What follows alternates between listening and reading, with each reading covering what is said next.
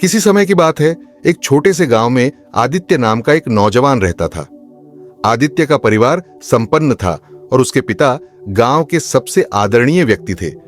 उन्होंने अपनी मेहनत और समझदारी से काफी संपत्ति अर्जित की थी और अपने खेतों में अच्छी फसलें उगाई थीं। आदित्य का जीवन सुख संपन्नता में बीत रहा था, लेकिन समय के साथ उसके पिता की मृत्यु हो गई। उनके जाने के बाद आदित्य की दुनिया बदल गई। पिता के बिना आदित्य के जीवन में नई चुनौतियां आ गईं। उसे एहसास होने लगा कि उसकी पारिवारिक संपत्ति धीरे धीरे उसके हाथों से फिसलती जा रही है। वो पहले बहुत खुशमिजाज और निश्चिंत था, लेकिन अब उसकी स्थिति बदल गई। आदित्य को लगने लगा कि उसकी किस्मत खराब है और उसने जीवन में जितने भी प्रयास किए वे सारे असफल हो गए। उसके खेतों में पहले जैसी फसलें नहीं होती और कभी-कभी प्राकृतिक आपदाओं ने उसकी मेहनत को बर्बाद कर दिया। एक दिन जब उसकी फसलें पूरी तरह से बर्बाद हो गईं, तो उसने भगवान से शिकायत की और खुद को किस्मत का मारा मानने लगा। उसने सोचा कि भगवान ने उसकी किस्मत ही खराब लिखी है, इसलिए उसका जीवन इस तरह की कठिनाइयों से घिरा हुआ है। आदित्य बहुत निराश हो चुका था। एक दिन अपने घर के बाहर एक पुराने बरगद के पेड़ के नीचे बैठकर उसने सोचा, अब क्या करूं? मेरी सारी संपत्ति खत्म हो गई है और मैं बिल्कुल अकेला हो गया हूं। उसी समय उसके पिता के एक पुराने मित्र वहां से गुजर रहे थे। उन्होंने आदित्य को इस हालत में देखा और उसके पास आकर बोले, बेटा, जीवन में कठिनाइयां आती हैं, लेकिन हिम्मत नहीं हारनी चाहिए। किस्मत केवल अवसर देती है, लेकिन असली काम तो हमें अपने कर्मों से करना होता है। उनकी बातों से आदित्य को थोड़ी सांत्वना मिली, लेकिन वह अब भी असमंजस में था कि क्या सचमुच उसकी किस्मत उसका साथ देगी। वह घर लौट आया और सो गया।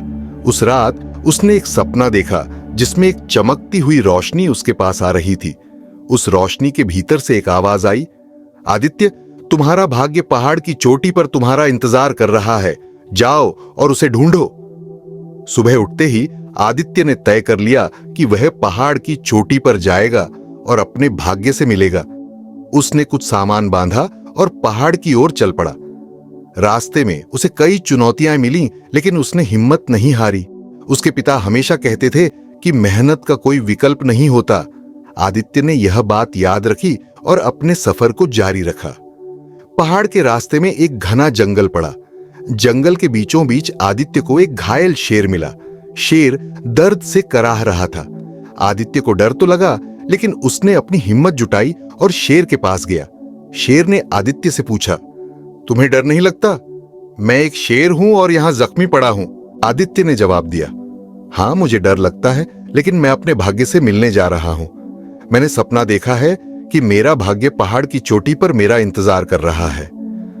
शेर ने आदित्य की बात सुनी और कहा, अगर तुम सच में अपने भाग्य से मिलने जा रहे हो तो उससे पूछना कि मैं स्वस्थ कब होऊंगा। आदित्य ने शेर से वादा किया कि वह उसके सवाल का जवाब लेकर आएगा। सफर जारी रहा। आदित्य को भूख लगी और वह रास्ते में एक बाग में पहुंचा। बाग के पेड़ बहुत सुंदर थे, लेकिन फल कड़वे थे। बाग के मालिक ने आदित्य को देखा और उससे पूछा कि वह वहां क्या कर रहा है।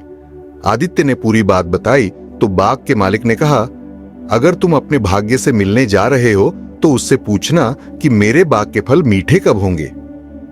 आदित्य ने उससे भी वादा किया कि वह उसका सवाल लेकर लौटेगा। फिर आदित्य एक हवेली के पास पहुंचा, जहां उसने रात बिताने की अनुमति मांगी। हवेली की मालकिन ने उसे अंदर आने दिया। उसने आदित्य से पूछा कि वह कहां जा रहा है। आदित्य ने फिर से अपनी कहानी सुनाई। मालकिन ने कहा, मुझे हमेशा से जीवन में कुछ कमी महसूस होती है। अगर तुम अपने भाग्य से मिलने जा रहे हो तो उससे पूछना कि मुझे सच्ची खुशी कब मिलेगी। आदित्य ने उससे भी वादा किया और अगली सुबह अपनी यात्रा जारी रखी। अंत में वह पहाड़ की चोटी पर पहुंचा, जहां उसे वही चमकती हुई रोशनी मिली जो उसने अपने सपने में देखी थी। आदित्य ने अपने भाग्य से कहा, मैं जानना चाहता हूं कि मेरे जीवन का उद्देश्य क्या है, और मैंने रास्ते में लोगों से वादे किए हैं कि मैं उनके सवालों का जवाब लाऊंगा।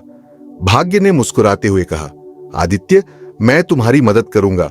सबसे पहले समझ लो कि भाग्य केवल रास्ता दिखाता है, लेकिन चलना तुम्हें खुद ही होता है। मैं तुम्हें सुझाव दे सकता हूं, परिश्रम तुम्हें करना होगा। अब सुनो, जो तुमने शेर, बाग के मालिक और हवेली की मालकिन के लिए पूछा था।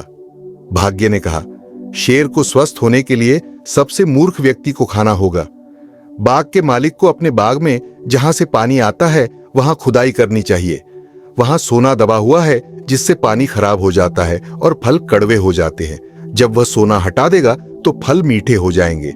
और हवेली की मालकिन को तब सच्ची खुशी मिलेगी जब वह अपने जीवन में किसी के साथ प्रेम और साझेदारी करेगी। आदित्य ने सभी उत्तर ध्यान से सुने और भाग्य को धन्यवाद कहा। फिर वह वापस अपने गांव की ओर लौट पड़ा। सबसे पहले वह हवेली की मालकिन के पास पहुंचा और उसे उसके सवाल का जवाब दिया। मालकिन ने आदित्य से कहा, अगर सच्ची खुशी प्रेम में है तो तुम मुझसे शादी कर लो। आदित्य ने विनम्रता से उसका प्रस्ताव ठुकरा दिया और कहा, मुझे अभी अपने जीवन का उद्देश्य खोजना है। फिर वह बाग के मालिक के पास गया और उसे सोने के बारे में बताया। बाग के मालिक ने आदित्य से कहा, अगर तुम मेरी मदद करोगे तो सारा सोना तुम्हारा होगा। लेकिन आदित्य ने सोना लेने से मना कर दिया और कहा कि उसे अपने कर्म पर विश्वास है। आखिर में आदित्य शेर के पास पहुंचा और उसे बताया कि उसे स्वस्थ होने के लिए सबसे मूर्ख व्यक्ति को खाना होगा। शेर ने आदित्य की बात सुनी और कहा, तुम्हें अपनी मूर्खता का एहसास नहीं है। तुमने रास्ते में कई अवसर गंवा दिए। तुम वही मूर्ख व्यक्ति हो। फिर शेर ने आदित्य को खा लिया और स्वस्थ हो गया। इस कहानी से हमें यह सीखने को मिलता है कि अवसरों को पहचानना और उनका सही उपयोग करना जरूरी है। कर्म ही हमारे भाग्य का निर्माण करते हैं। दोस्तों, अगर आपको हमारी कहानी पसंद है तो हमारे चैनल को लाइक, सब्सक्राइब और शेयर जरूर कीजिए। हमारे साथ बने रहने के लिए धन्यवाद।